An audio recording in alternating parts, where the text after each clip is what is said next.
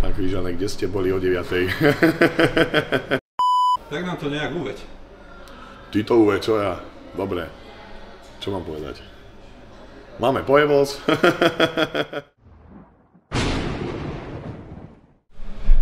Nech som aj ja slávny a nech sa ľudia fotia aj so mnou raz. No. Takže toto sú otázky a odpovede po EVOS Prague Pro.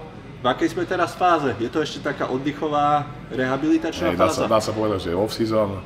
Pláne je začať od decembra už to tak brať troška vážnejšie. Od nového roka už sa pustiť do prípravy. Tak. Toho nového trénera si aj ohlásil formálne na tom EVOS, alebo ste sa k tomu nedostali? Kokos, ja ti ani neviem, ale sa mi zdá, že nie. Ešte si treba počkať. Počkať si na to treba, kedy to vycapím na Instagram. Takže ešte to tuto nezverejme. Ešte to nie je všetko úplne doriešené, tak. Dobre, ale vieme toľko, že je to Chris. Hej. Dobre. Ja idem naspäť na svoje miesto za kamerou a pýtam sa otázky, ktoré sa ľudia pýtali. Podávaj. Hej Križo, som veľký fanúšik, moja otázka je, aké sú tvoje ciele na budúci rok? Budeš na Olympii 2025? Áno, tak už si aj odpovedal. Môj cieľ je kvalifikovať sa na Olympiu 2025. Prvá súťaž by malo byť New York Pro a priláhle súťaže k tomu v Amerike, možno nejaké dve. Uvidím, ako sa mi podarí v New Yorku. Predpokladám, že New York bude ťažký, ale potom bude tam ešte nejaká Kalifornia, Detroit, nie, som si istý. Nejaký Pittsburgh, ten je pred? Aj Pittsburgh je tam, sa mi že buď 2 týždne pro, alebo 2 týždne pred, teraz som si nie istý. Ale sú tam veľké prize money, viem, že tam je 100 000 prvé miesto. Šiklo by sa. Vieme, že Martin Fitzwater nad tým uvažuje a Nick Walker nad týmito súťažami okolo New York Pro. No. Ako si na nich veríš? Myslíš, že by si ich porazil? Bol by si konkurencieschopný? Konkurencieschopný určite, ale nedá sa povedať, no budem pozraný, uvidím, aký dokážem urobiť progres. Ja sám budem prekvapený, ja dúfam, že to budú bomby, no. Máme tu aj otázku na nového kouča, ale to už sme zodpovedali, tak nezodpovedali, ale zodpovedali. Jasné. A že či si ešte s Alexandrom Hlobikom kamarát? Neviem, či sme kamaráti, no. To musí on povedať. Rozišli sme sa, podali sme si ruky. Okrem teba, kto má podľa teba najlepšie ruky v IFBB v akejkoľvek kategórii? Vieš čo, dneska mi akorát vybehlo video Akima Williamsa, tak to sú strašné granáty. Asi on. Samozrejme Nick Walker, ale podľa mňa ten Williams má teraz bomby neskutočné. Môžete si ho teraz pozrieť na Instagrame. Teraz dal nové video. Prečo si sa rozhodol zmeniť kouča? Tak za vidinou posunu nejakého. My sme predsa spolu len už so Žaňom boli nejaký čas. A no, treba sa nejako posúvať, no. Tak tam už je to troška, profi úroveň troška iná, no. Nič to nehľadajte. Okrem toho kouča zmenilo sa ešte niečo iné v tvojom živote, v tvojom týme, ľudia okolo teba a tak ďalej? No, v podstate mám sponzorov takých, ako mám. Asi najlepších, aký som len mohol dostať. A vyzerá, že sú so mnou spokojní. Ja s nimi tiež, tak nič sa nezmenilo. Plánuješ niekedy navštíviť Kanadu, alebo Ameriku, alebo je nejaká príležitosť, kde sa ľudia budú môcť s tebou stretnúť v Amerike? Však v Amerike, už som to teraz povedal, idem na súťaže tam. A Kanadu neviem, no Kanada má tam nejaké súťaže, ale nikdy ma to nejako nelakalo ísť tam súťažiť, nemám tam ísť prečo súťažiť, to sú tam, že tam býva Toronto Pro a takéto, ale nič pre mňa. Také veci ako guest posingy, keby bola príležitosť, vedia si ľudia teba objednať? Vieme sa dohodnúť. A majú ti písať na Instagram alebo kam? Tak počkaj, ak to myslíš, že mám ísť na oslavu, kde si tancovať na stoličke, to nie. Ale áno, že keby chceli napríklad semináre, kde si posilňovniach, že sa zorganizuje nejaké, že si tam zacvičíme, urobíme nejaké sedenie a bude sa ma pýtať otázky, tak jasne, samozrejme. A dával si tuším aj teraz na Instagram, že plánuješ zase tie poukážky? No, dárčekové poukážky, že tak to bude chcieť, tak zopár, ja neviem, zo 10 možno, že dám. A ako to funguje? Ten človek si s tebou môže prísť zacvičiť? Ten človek môže prísť, hej, zacvičiť si so mnou, môže sa ma pýtať otázky ohľadom všetkého, samozrejme aj ohľadom zakázaných látok, nemá s tým problém, pretože si zaplatí 100 € za to, môže si fotiť, môže si kamerovať, proste voľná ruka.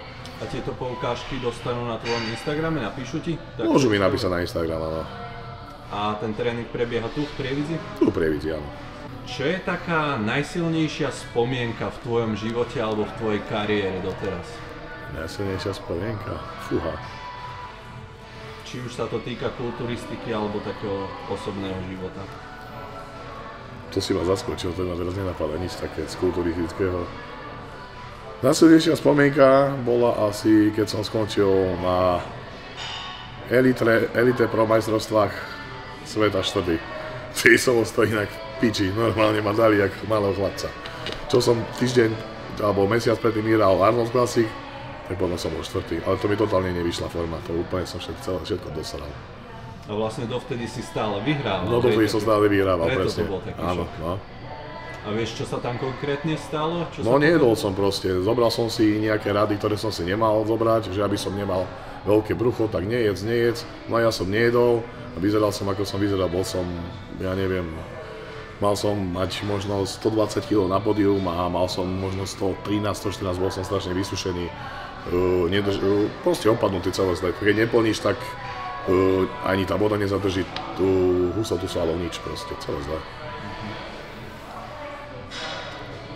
Čo rameno? Ako si na tom teraz s ním? No, včera bola kontrola. Výborne, môžem začať zaťažovať naplno. Samozrejme opatrne, nemôžem si tam naložiť teraz, že prídem do posilky a naložím sa 200 kg, ale postupne to dávať do tých váh, ako bolo predtým. Takže už môže robiť nejaké také klasické rozpašky s nejakou váhou? Všetko, už v podstate môžem robiť všetko, len musím si nastaviť váhu, aká mi vyhovuje zo začiatku. Proste musí do tej ruky dostať silu.